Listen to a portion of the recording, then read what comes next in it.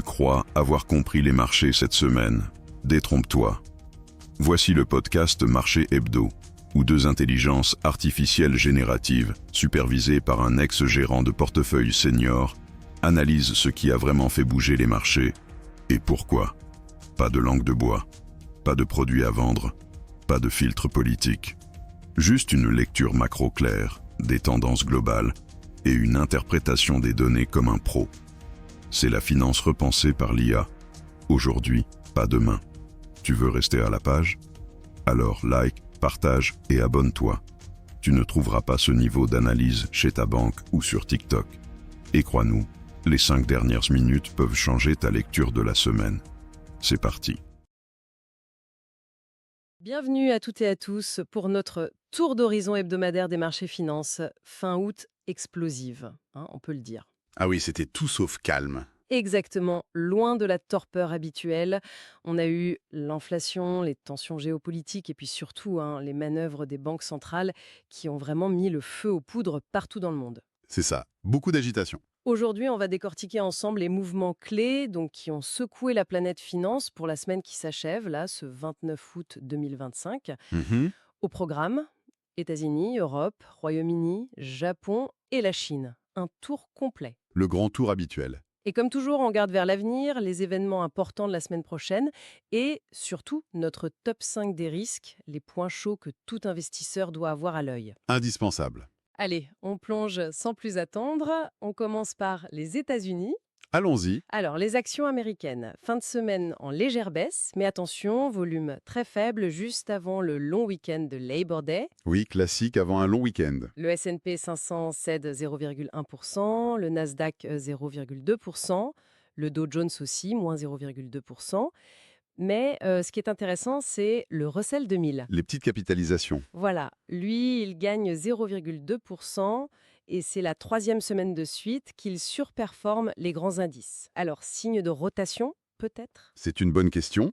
On pourrait voir ça comme une recherche de valeur après la flambée des très grosses boîtes, oui, ou peut-être une confiance un peu plus marquée dans l'économie domestique américaine, malgré certains signaux, de ralentissement. Quoi qu'il en soit, le moteur principal de la tech, l'IA, ça tourne toujours à plein régime, hein. Surtout avec les résultats spectaculaires de Nvidia. Oui, ça a encore boosté tout le monde. Mais on sent quand même quelques doutes qui commencent à émerger sur la durabilité de cette envolée. C'est très rapide. D'autant que le sujet vraiment brûlant de la semaine, finalement, c'était pas la tech, c'était la Fed. Ah oui, la Réserve fédérale. L'annonce du limogeage de la gouverneure Lisa Cook par le président Trump, ça a provoqué une vraie secousse. Un choc, oui. On parle quand même de l'indépendance de la banque centrale la plus puissante du monde. C'est pas rien. Carrément. C'est un événement majeur. Et on mesure encore mal toutes les conséquences. Il y a une bataille juridique en cours, là. Oui. Ça ajoute de l'incertitude institutionnelle à un moment déjà critique pour la politique monétaire. L'impact sur la confiance, ça pourrait être important si ça dure. C'est la crédibilité de l'institution qui est en jeu. Et pourtant, dans ce climat tendu, on a des voix à la Fed qui, elles, appellent à l'action. Je pense au gouverneur Waller. Oui, Waller, il maintient sa ligne. Il redit qu'il faut baisser les taux, 25 points de base, dès septembre. Et il justifie ça comment? Il argumente que le marché du travail montre des signes de refroidissement, on va y revenir, et que l'économie, globalement, ralentit. D'accord. Et les marchés, eux, ils semblent y croire de plus en plus. Les contrats à terme, là, ils donnent une probabilité de 89% pour cette baisse en septembre. C'est énorme. Ah oui, quasi certain pour eux. Il faut dire que l'inflation PCE sous-jacente, l'indicateur préféré de la Fed, ça aide ce scénario. Elle a donné quoi? Stable. 0,3% sur un mois, 2,9% sur un an.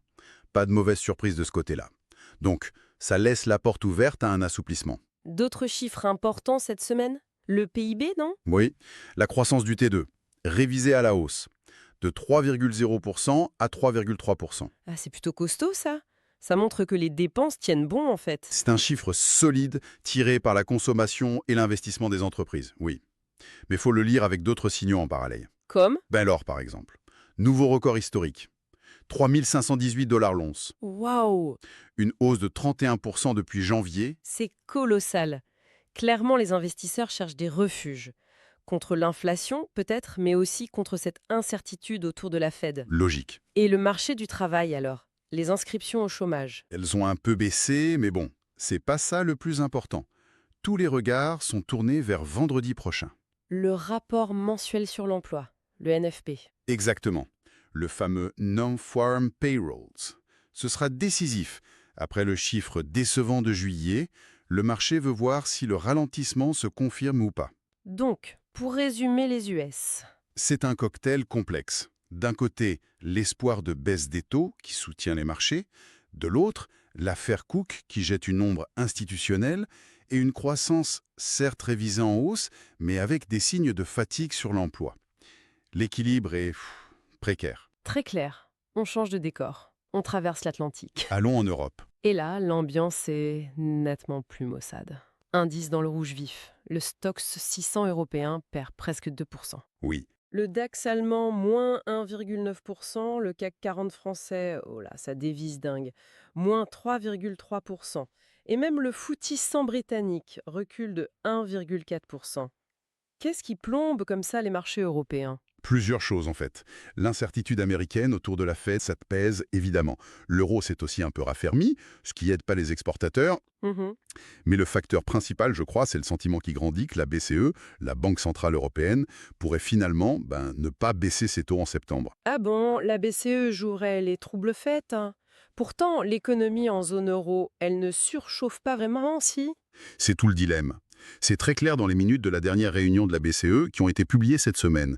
Il y a une fracture nette au Conseil des gouverneurs. Entre qui et qui ? Il y a le camp des prudents, on va dire, qui s'inquiètent des risques pour la croissance. Et puis il y a le camp des faucons, qui, eux, redoutent que l'inflation reste trop haute trop longtemps. Et les derniers chiffres d'inflation, ils donnent plutôt raison aux faucons, c'est ça, Evelyne ? Malheureusement, oui, un peu. L'inflation harmoniée, la mesure standard pour comparer en Europe, elle a surpris à la hausse en Allemagne, remontée à 2,1%. Ah oui ? Et elle reste stable, mais élevée en Espagne, 2,7%. Donc ces chiffres, ça complique sérieusement la tâche de ceux qui voulaient une baisse de taux rapide. Du coup, le scénario pour septembre change. Les échos de Jackson Hole, là où tous les banquiers centraux se retrouvent, suggèrent que oui, le statu quo en septembre, c'est maintenant le scénario privilégié par beaucoup à la BCE. Donc pas de baisse. Probablement pas en septembre. Des baisses pourraient venir plus tard, mais seulement si l'économie faiblit vraiment plus. Et si on regarde par pays, la France, moins 3,3% sur le CAC, c'est beaucoup. C'est lié à la politique intérieure, y est ? Ou l'Ukraine ? Sans doute un mélange des deux. L'instabilité politique perçue, l'absence de perspective claire pour la paix en Ukraine, ça pèse sur la confiance, c'est sûr. Et le Royaume-Uni ? Pas plus joyeux, le commerce de détail vient d'enregistrer son 11e mois de baisse consécutive des ventes. 11 mois ? Oui, et l'enquête de la CBI, la Confédération patronale britannique, confirme ce pessimisme chez les entreprises. Donc, pour l'Europe et le Royaume-Uni, le risque de stagflation, croissance faible, inflation haute, il est bien là. Le risque est réel, oui. L'inflation tenace, les divisions à la BCE, ça assombrit les perspectives. L'Europe est un peu prise en tenaille entre stagnation interne et vulnérabilité aux chocs externes. C'est d'un contraste assez fort avec les États-Unis, finalement. Oui, malgré la crise institutionnelle là-bas, la Fed semble avoir plus de marge pour assouplir. C'est différent en Europe. Continuons vers l'Est. Japon. Le Japon. Bilan mitigé. Oui, le Nikkei 225 grignote 0,20%, mais l'indice élargi Topix, lui, il cède 0,83%. Les investisseurs ont dû digérer les ajustements de fin mois, des stats économiques un peu contradictoires, et surtout, on sent un changement de ton à la Banque du Japon, la BOJI. Oui, ça bouge un peu. Le yen, lui, reste stable autour de 146 pour $1, et les taux longs japonais à 10 ans, ils flirtent toujours avec les 1,61%, un sommet de 17 ans. Ça chauffe aussi sur les taux là-bas, hein. La BOJI, elle est vraiment sur une ligne de crête très étroite. D'un côté, l'inflation à Tokyo, même si elle recule un peu, elle reste à 2,5%, donc au-dessus de la cible de 2%. Et le chômage ? Très bas, tombé à 2,3%, le plus bas depuis 2019. Ces deux éléments, ça plaide clairement pour un resserrement, pour abandonner les taux zéro ou négatifs. Mais, il y a toujours un mais avec la BOJI, j'ai l'impression. Toujours. Et cette fois, le mais, c'est la production industrielle. Elle a chuté de 1,6% en juillet. Ah oui, ça c'est pas bon signe. C'est préoccupant pour la demande mondiale, dont le Japon dépend beaucoup. Donc oui, la BOJI se rapproche sûrement d'une normalisation, d'une hausse de taux historique. Mais la faiblesse de l'industrie, L'incertitude mondiale, ça pourrait la forcer à y aller très très prudemment. Donc, suspense sur le rythme. Exactement, l'équation est complexe et ça aura des implications pour le yen et pour le marché obligataire mondial aussi. On termine le tour du monde en Chine. La Chine, Là-bas, la fête boursière d'août a continué sur les marchés continentaux. Le CSI 300 prend encore 2,71%, le Shanghai Composite plus 0,84%. oui, ça continue de monter. Par contre, Hong Kong cale, le Hang Seng moins 1,03%. Cette euphorie en Chine continentale, elle repose sur quoi au juste? Parce que les nouvelles échos sont pas si extraordinaires. C'est exactement ça le point clé. Cette hausse, elle semble largement décorrélée des fondamentaux. Elle est alimentée par quoi? Par une forte liquidité et par un engouement assez marqué des investisseurs particuliers, souvent encouragés d'ailleurs par les médias d'État. D'accord. Et il y a un indicateur qui le montre bien. L'endettement sur marge, c'est l'argent emprunté pour acheter des actions. Il a atteint son plus haut niveau depuis la bulle de 2015. Ah oui, quand même. Signe de spéculation, hein. C'est un signe clair de spéculation, oui. Donc, est-ce que c'est un château de cartes? Potentiellement. Disons que les fondations sont fragiles. Alors, oui, les bénéfices industriels ont moins baissé que prévu en juillet, moins 1,5%, grâce à la tech notamment, Hmm. mais toutes les autres données importantes de juillet, vente au détail, production manufacturière, investissement, elles ont été franchement décevantes. Ce qui renforce l'idée D'un nouveau plan de relance de Pékin. Oui, l'attente est forte pour une annonce, peut-être dès septembre. un stimulus quasi certain, donc. C'est l'anticipation générale du marché, oui. La plupart des économistes tablent sur des mesures ciblées, probablement pour soutenir certains secteurs, amortir le choc des tarifs américains, la faiblesse de la demande interne. Mais la taille du stimulus sera clé. Voilà. Le vrai enjeu, c'est la taille et la nature de ce stimulus. S'il est jugé insuffisant ou mal ciblé, ou s'il tarde trop, la déception pourrait être brutale sur ce marché qui carbure surtout à l'espoir et à la liquidité en ce moment. C'est une dynamique très différente des marchés occidentaux, en fait. Très différente. Là-bas, ce sont encore les banques centrales et les données macro qui mènent la danse. En Chine, c'est plus l'attente du soutien politique. Bon, voilà pour le bilan de la semaine passée. Tournons-nous vers l'avenir immédiat. L'agenda économique de la semaine prochaine, du 1er au 5 septembre. Une semaine dense qui s'annonce. Aux États-Unis, lundi c'est férié, Labor Day. Oui. Mardi, on aura l'ISM manufacturier, important pour voir la santé de l'industrie. Mercredi, les chiffres JOLTS sur les offres d'emploi, que la Fed regarde de près. Et jeudi, grosse journée. Grosse journée jeudi full. Rapport ADP sur l'emploi privé, l'ISM des services très important aussi, la productivité, la balance commerciale, pas mal de choses. Et le plat de résistance vendredi. Exactement. Vendredi, c'est le rendez-vous incontournable. Le rapport officiel sur l'emploi américain pour août, le NFP et le taux de chômage. Tous les yeux seront là-dessus. D'accord. Et en Europe? Mardi, indicateur majeur. L'estimation rapide, le flash, de l'inflation pour la zone euro en août. Chiffre absolument crucial pour la décision de la BCE mi-septembre. Ça va peser lourd. Et au Royaume-Uni? Vendredi, on surveillera les ventes au détail pour juillet. Vu la série noire actuelle, ce chiffre sera scruté de très près pour évaluer la profondeur du ralentissement de la conso. Et pour la Chine, pour finir? Dès lundi, on aura le PMI manufacturier Caixin pour août. C'est un indicateur privé, souvent jugé plus réactif que les chiffres officiels.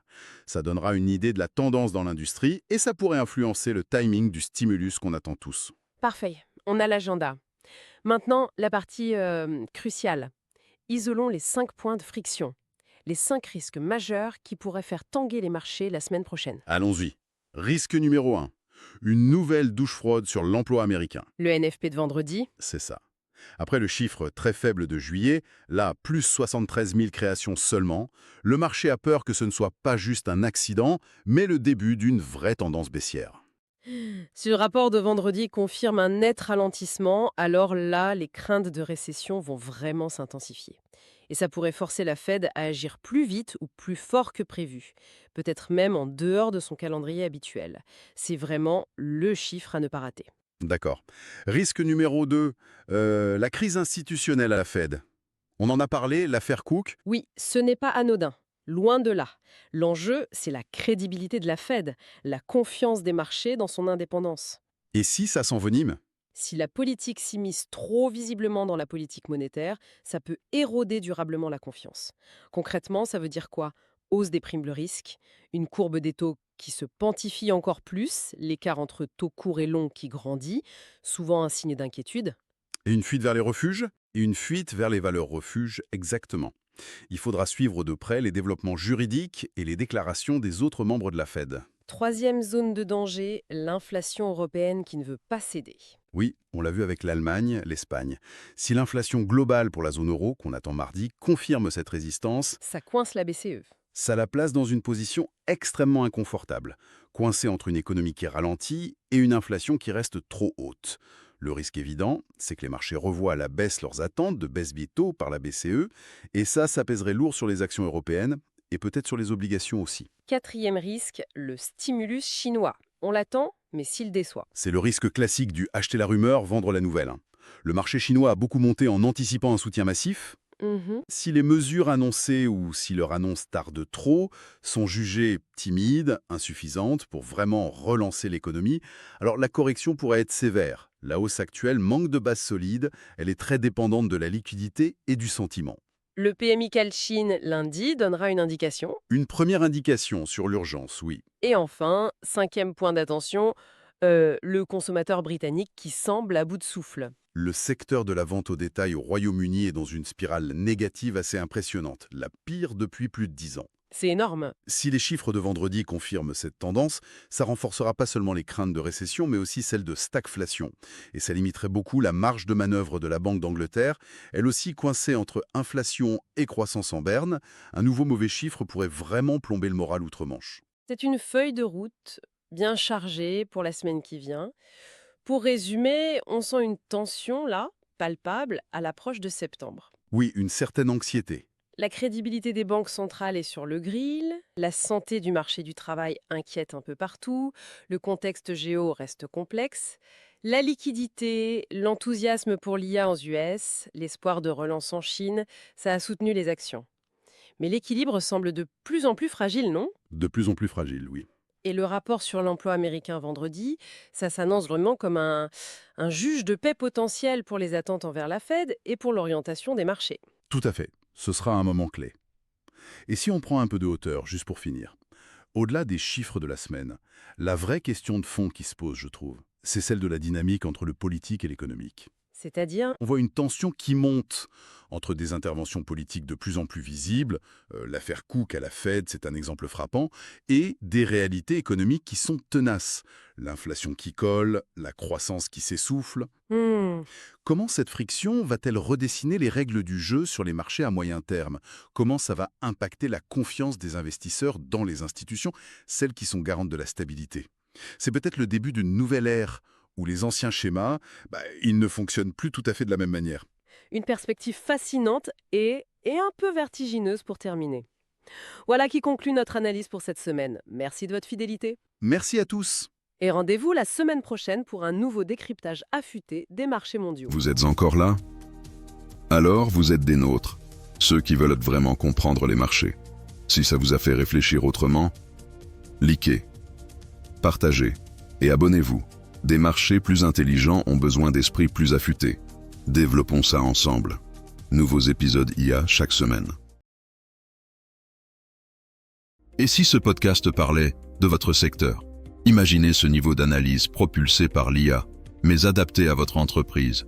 Que vous gériez des actifs, suiviez les politiques économiques ou dirigiez une équipe agile. Nous créons des podcasts sur mesure pour les décideurs comme vous. Contactez-nous. Construisons le vôtre.